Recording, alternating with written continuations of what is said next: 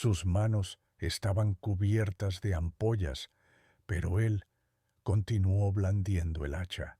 Se acercaba una tormenta y necesitaba levantar las paredes antes del anochecer.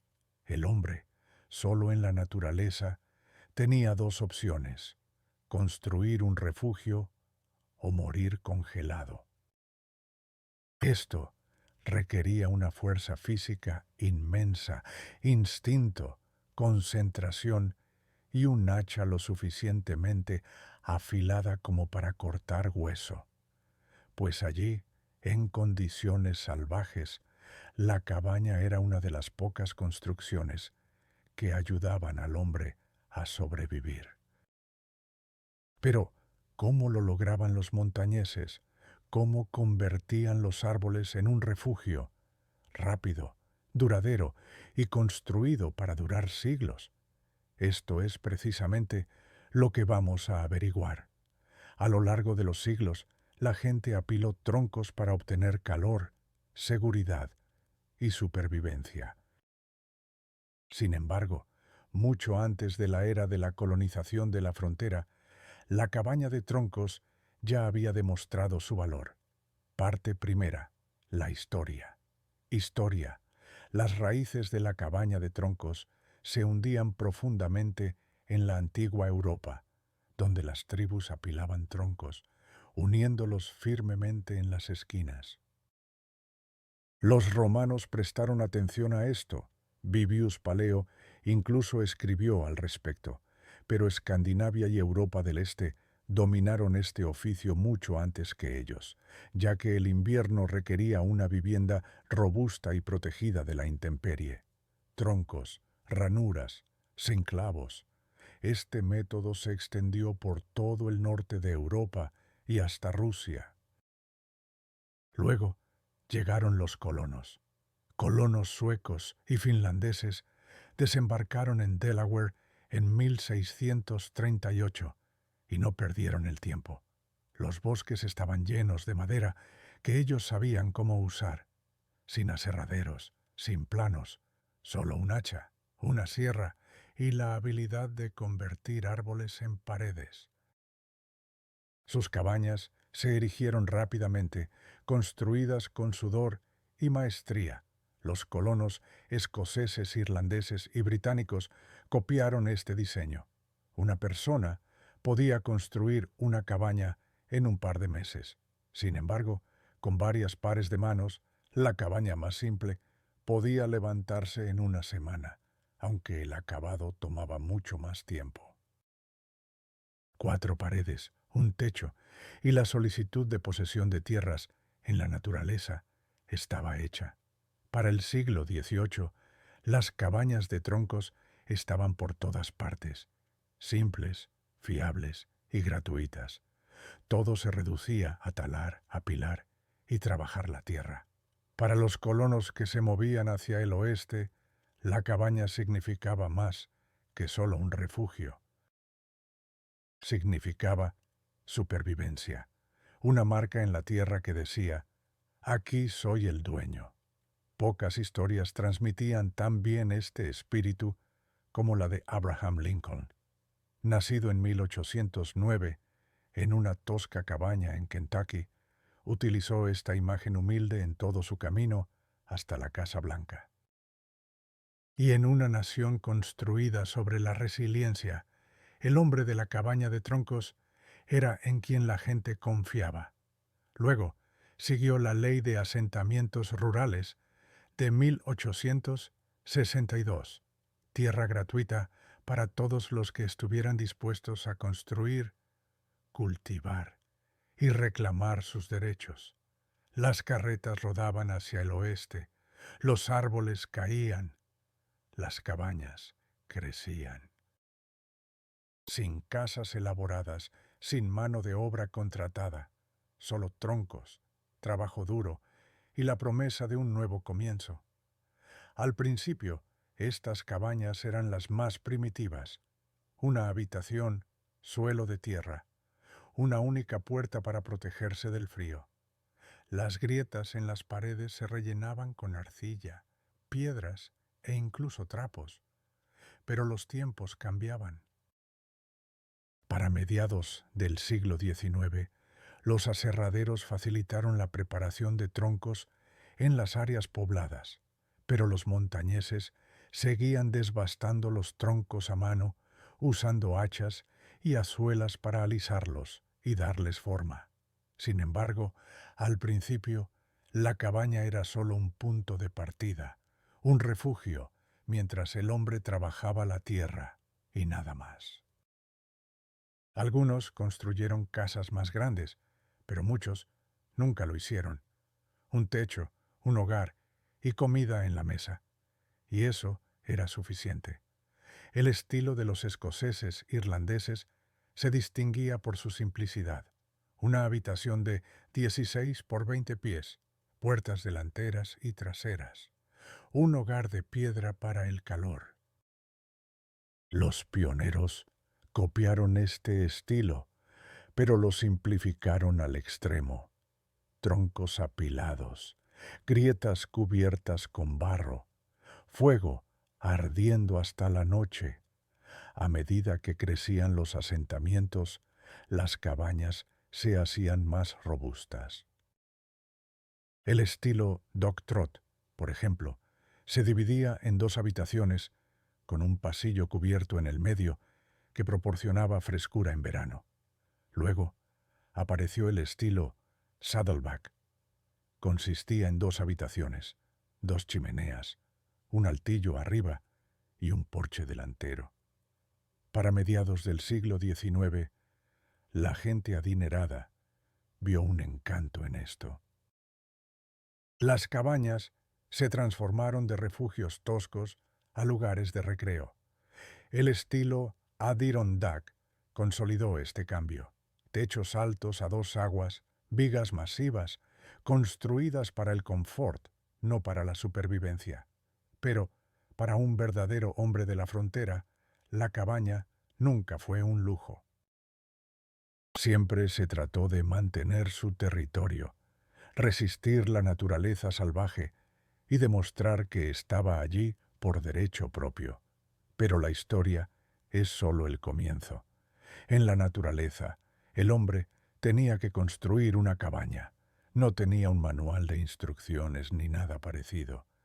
Y todo comenzaba con un hacha, una sierra y la voluntad de vivir.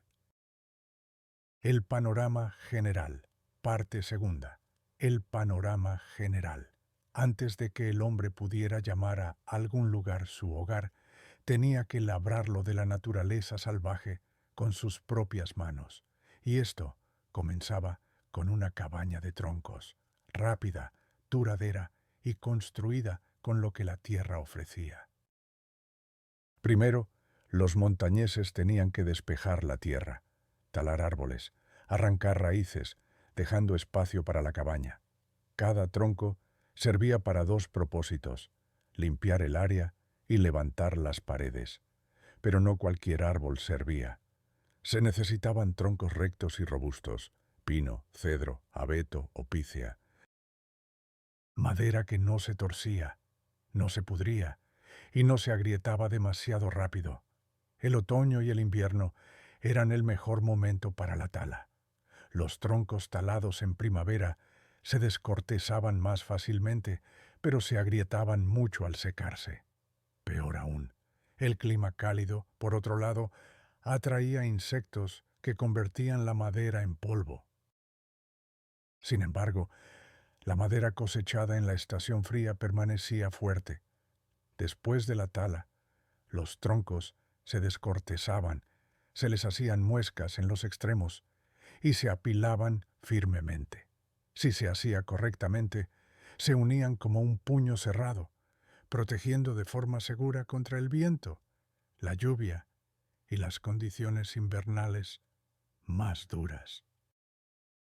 Al final, las funciones principales de la cabaña eran proporcionar refugio, mantener alejados a los lobos, retener el calor en el interior y dar al hombre un lugar donde secar sus botas y cargar su rifle a la luz del fuego. A menudo era algo sencillo: una habitación, suelo de tierra y una puerta. Pero a medida que se colonizaba la tierra, los montañeses incluso podían almacenar alimentos en un sótano y el ganado en un corral. Fue entonces cuando la cabaña crecía. Aparecía un altillo, una habitación adicional, quizás un porche donde el hombre podía sentarse y ver cómo el viento mecía los tocones talados con sus propias manos. Los buenos troncos necesitaban tiempo para secarse, se descortezaban y se colocaban sobre soportes para evitar la putrefacción.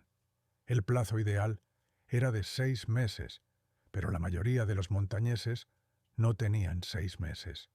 Si el tiempo era escaso, trabajaban con troncos recién talados, sabiendo que se encogerían. Esto significaba que más tarde se necesitaría un calafateo adicional. Además, los montañeses elegían los troncos más rectos que podían encontrar. Si tenían que usar un tronco torcido, lo integraban cuidadosamente en la estructura, pero el objetivo siempre era un ajuste apretado y uniforme. En cualquier caso, cuanto mejor se secaba la madera, más robusta resultaba la cabaña. Sin embargo, en la mayoría de los casos, los montañeses elegían los troncos más rectos disponibles y los desbastaban a mano para un ajuste apretado, y con bastante frecuencia, los troncos más rectos y limpios se destinaban a la fachada. Los troncos más gruesos se colocaban en la base para que soportaran el peso.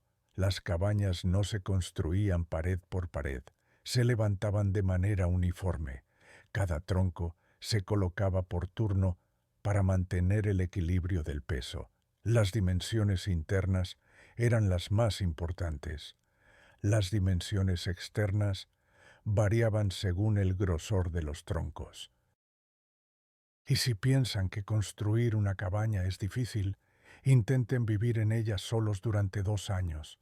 Hemos cubierto la lucha de Henry David Thoreau por la supervivencia en el estanque Walden en un análisis detallado de 11 horas. Esa historia les espera después de esta. Mientras tanto, tengan en cuenta que las esquinas de la cabaña unían todo. La mejor opción era una ranura redonda que unía cada tronco firmemente, como un apretón de manos. Sin clavos, sin espigas, solo madera con madera, sujetándose firmemente. Sin embargo, a veces se usaban espigas de madera para fijar los troncos, y si una persona trabajaba sola, las paredes llegaban hasta los 6 pies o tan alto como pudiera levantar. Con ayudantes, las paredes se construían más altas, posiblemente añadiendo un altillo para dormir. La mayoría de las cabañas tenían entre 12 y 16 pies por lado, lo suficientemente pequeñas para calentarlas y lo suficientemente grandes para vivir en ellas.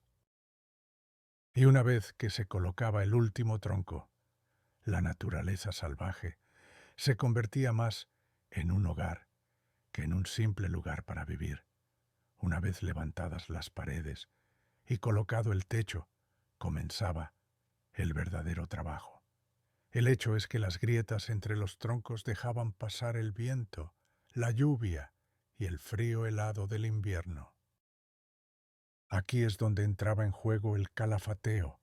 Barro o arcilla se empaquetaban firmemente en cada grieta, sellando el calor en el interior. No era bonito, pero cumplía su propósito. De nuevo, la resistencia de la cabaña residía en sus esquinas.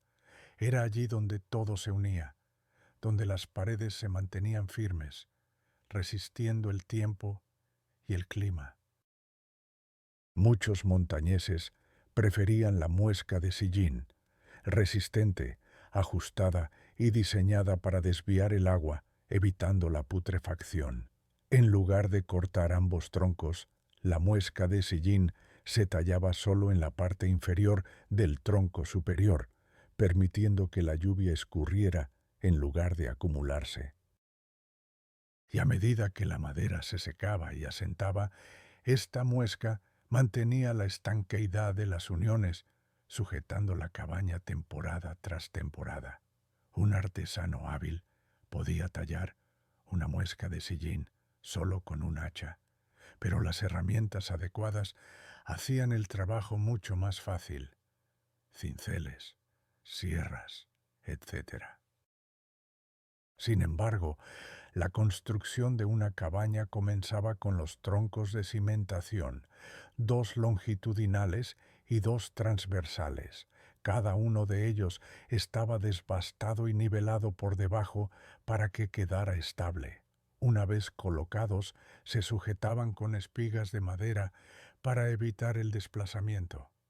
Luego, se hacía la primera muesca de sillín. Si se hacía correctamente, los troncos encajaban entre sí como si hubieran crecido así, fuertes, herméticos y para durar siglos. Después de marcar, el tronco superior se volteaba, su parte inferior lista para ser tallada. Una hacha afilada cortaba la mayor parte de la muesca. Y si el montañés tenía un cincel, podía alisar la curva. El objetivo, hacer el corte lo suficientemente profundo para que el peso del tronco presionara sus bordes, fijándolo firmemente. Cada tronco se procesaba según el mismo principio. Para hacer la unión más ajustada, el constructor podía ensanchar ligeramente las muescas, haciendo que el tronco superior comprimiera el inferior a medida que la cabaña se asentaba. Así que sí, una buena muesca de sillín tenía una enorme importancia. Si se hacía incorrectamente, las paredes se torcían y formaban grietas. Si se hacía correctamente, se mantenían firmes contra el viento, el frío y el propio tiempo. Imaginen la cabaña como un rompecabezas de peso y equilibrio. Las esquinas la sostenían, pero también existían las muescas de cola de Milano, que parecían un tejado de tejas y desviaban la lluvia. Las uniones de esquina en caja eran rectangulares, pero robustas. Las uniones de espigas simples dependían solo del peso. Por lo tanto, cada método tenía su lugar, pero una elección incorrecta significaba problemas en el futuro. Una vez levantadas las paredes, las puertas y ventanas debían enmarcarse correctamente.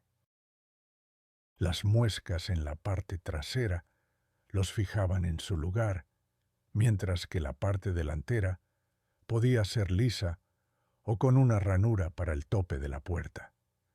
Y como los troncos se secaban con el tiempo, el constructor dejaba unos cuantos pulgadas extra en las esquinas y aberturas. Sin este espacio, las puertas se atascaban, las ventanas se agrietaban y toda la estructura se debilitaba. Pero si todo se hacía correctamente, la cabaña permanecía estable y fiable, una fortaleza contra la naturaleza salvaje. Luego venía el turno de las vigas del suelo, la base del piso de la cabaña. Se insertaban en ranuras cortadas en los troncos inferiores o se apoyaban en una cimentación de piedra, si el montañés la tenía. En cualquier caso, debían ser fuertes, niveladas y firmemente fijadas. El hombre tenía dos maneras de instalarlas: incrustarlas en los troncos laterales o nivelar una sección de la pared interior como soporte. Si utilizaba vigas de postes, troncos redondos de 4 a 8 pulgadas de diámetro, desbastaba la parte superior para que las tablas del suelo tuvieran una base estable. Cada tronco debía encajar firmemente, sin huecos, sin bamboleos. Las esquinas debían permanecer niveladas, ajustándose según las vigas del suelo. Si un tronco quedaba demasiado alto, la ranura se profundizaba. Si un extremo era más grueso, se volteaba para equilibrar. Los troncos toscos a veces se desbastaban por debajo para un ajuste más apretado, pero el objetivo siempre eran paredes rectas y a plomo. Sin los niveles de carpintería modernos, los montañeses se basaban en la plomada, un simple peso en una cuerda, o a ojo, midiendo con una tabla para que todo estuviera nivelado. Una vez levantadas las paredes, debían fijarse. Esto se hacía con pasadores de madera o, si los había, clavos de hierro. Los pasadores de madera a menudo se hacían de madera dura y resistente, como roble o nogal americano, y se clavaban en agujeros preperforados, permitiendo que los troncos se asentaran naturalmente con el tiempo. La mayoría de las cabañas se unían mediante muescas de sillín o de cola de Milano y espigas de madera. Los clavos de hierro rara vez eran utilizados por los montañeses. Se encontraban principalmente en los asentamientos. Las cabañas tempranas eran oscuras. Las ventanas permanecían pequeñas por seguridad y calor. En lugar de vidrio, que no existía, se usaba papel aceitado o tela empapada en aceite para las ventanas. Algunos montañeses incluso usaban cuero crudo estirado, pero no era muy común. Las aberturas se cortaban toscamente, pero el acabado final se posponía hasta que los marcos estuvieran listos, para que todo encajara firmemente. Y a medida que se levantaban las paredes, estas marcas se mantenían grabadas en los troncos. Sin embargo, cuando llegaba el momento de abrir una ventana o una puerta, la persona debía ser cuidadosa. En el momento en que el tronco se partía, sus extremos libres debían fijarse de forma segura. De lo contrario, toda la pared podría desplazarse. Además, el montañés no esperaba para cortar puertas y ventanas. Los planificaba desde el principio. A medida que colocaba las paredes, marcaba dónde estarían las aberturas y hacía ranuras en los troncos de las esquinas. Cuando llegaba el momento, abría la abertura con un hacha ancha o una azuela. Si tenía una sierra, la usaba para el acabado del corte, pero la mayoría simplemente confiaba en su golpe.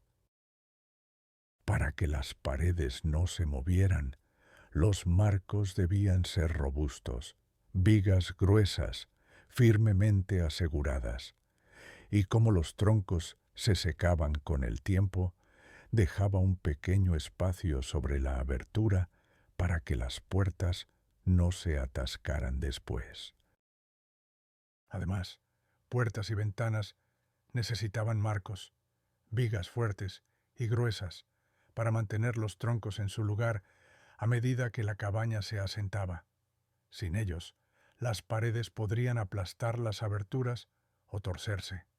Sin embargo, los montañeses no dedicaban tiempo a la carpintería elaborada. Las aberturas se enmarcaban con madera toscamente desbastada, asegurada con espigas o clavos, si los había. Las puertas se hacían de troncos partidos, unidos con pasadores de madera o bisagras de cuero crudo. Y para evitar que las puertas y ventanas se atascaran a medida que los troncos se asentaban, los montañeses dejaban un pequeño espacio sobre cada abertura, que luego rellenaban con musgo, estopa o virutas de madera para bloquear el viento, pero permitir que la cabaña se moviera naturalmente. Las paredes más apretadas, el mejor calafateo y las esquinas más fuertes no importarían si el techo goteaba.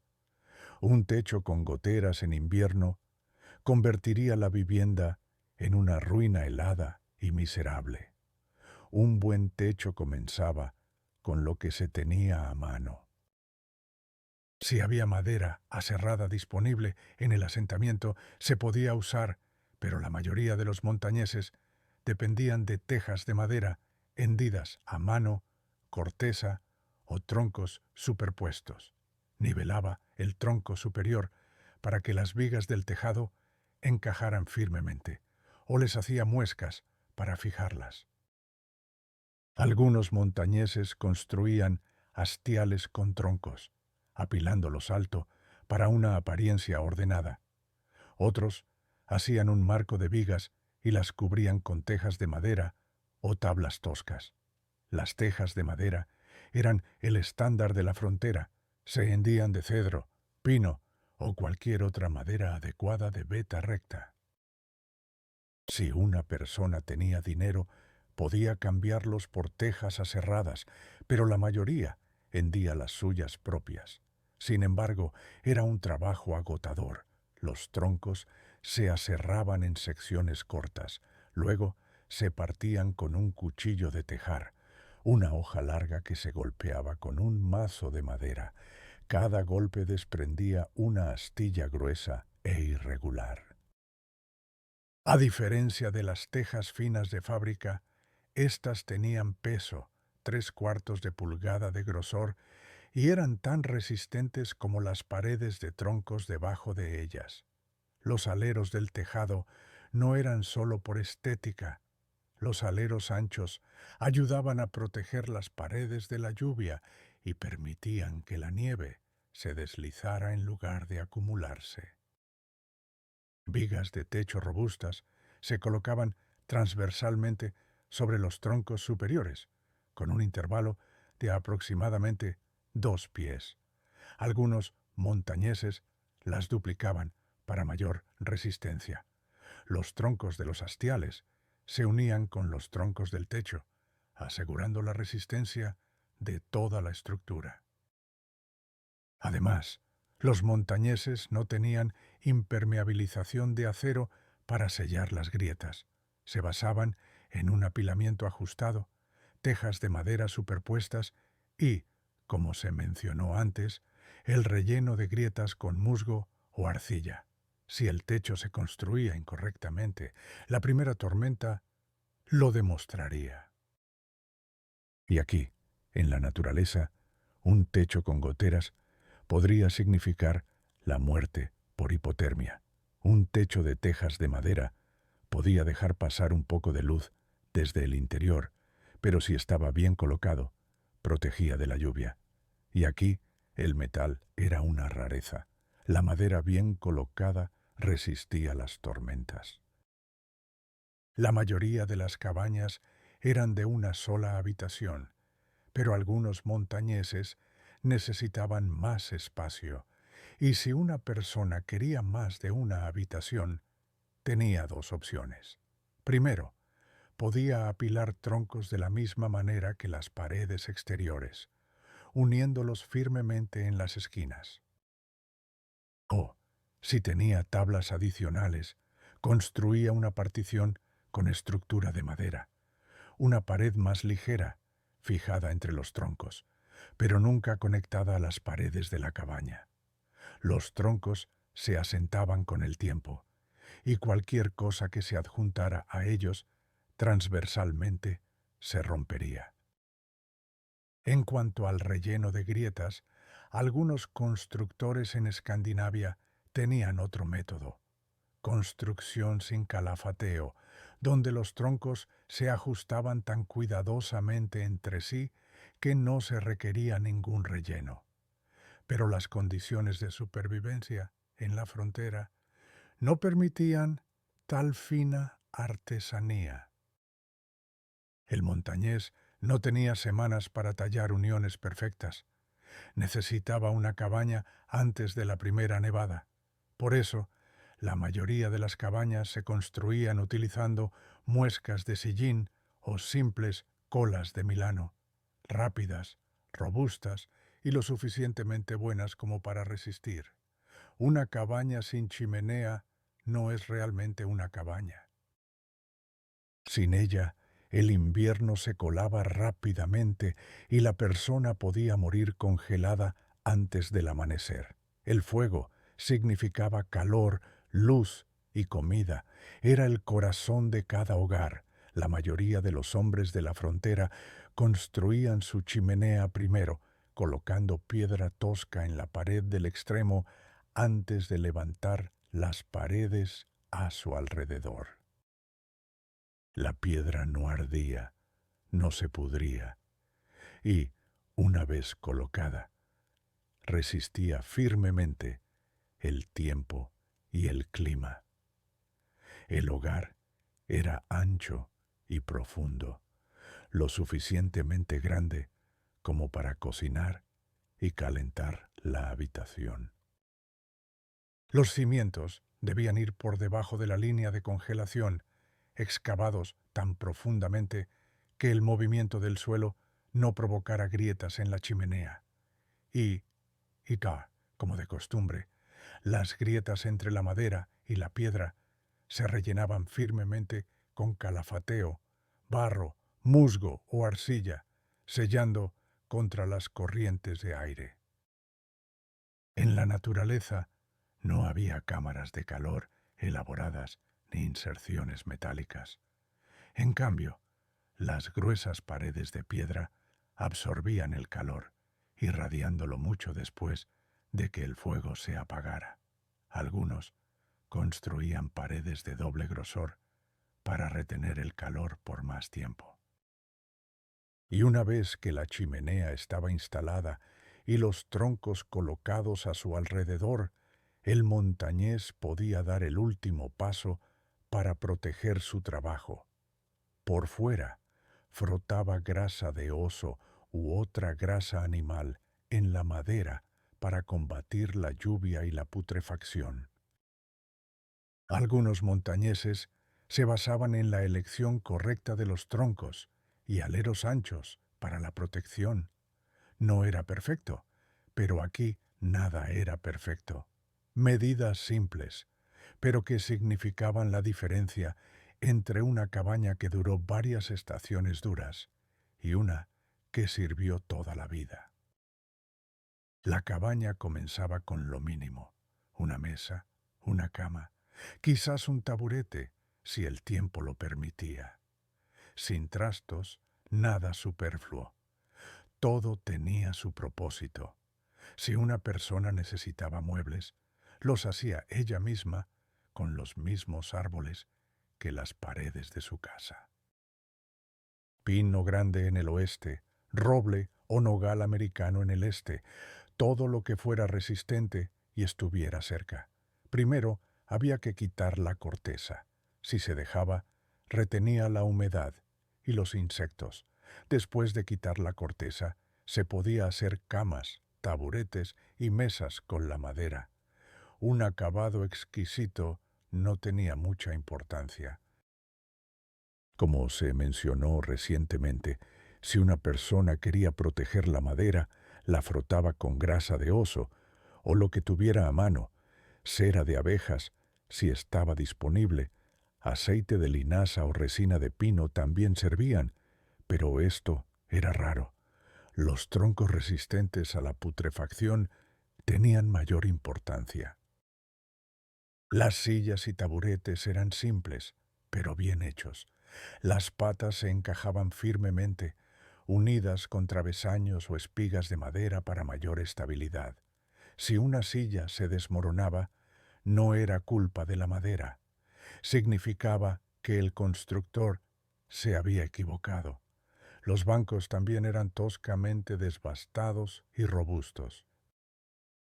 Pino grande, abedul o alerce se unían con espigas de madera o ranuras ajustadas, sin pegamento, sin tornillos, solo madera maciza, unida, y la cama era tan simple como era posible: 4 postes, listones de madera o una red de cuerda tensa. Las literas seguían la misma regla, hechas firmemente, sin esfuerzo adicional. El colchón, si una persona lo tenía, se rellenaba con paja, plumas o hierba seca, y cada montañés necesitaba un lugar para su equipo, un baúl de madera para provisiones, a veces un estante, si tenía tiempo. Pino o alerce eran los más adecuados, tallados y ajustados con espigas de madera o clavos forjados. En cuanto a la leña, se almacenaba en simples leñeras o cajas de madera. Las uniones laterales se sujetaban con espigas, no con pernos, y si la caja tenía un asa, estaba tallada en madera. En la frontera, cada elección tenía que ser práctica. El primer golpe de hacha del montañés marcaba el comienzo de su hogar. El último lo ataba para siempre a la tierra.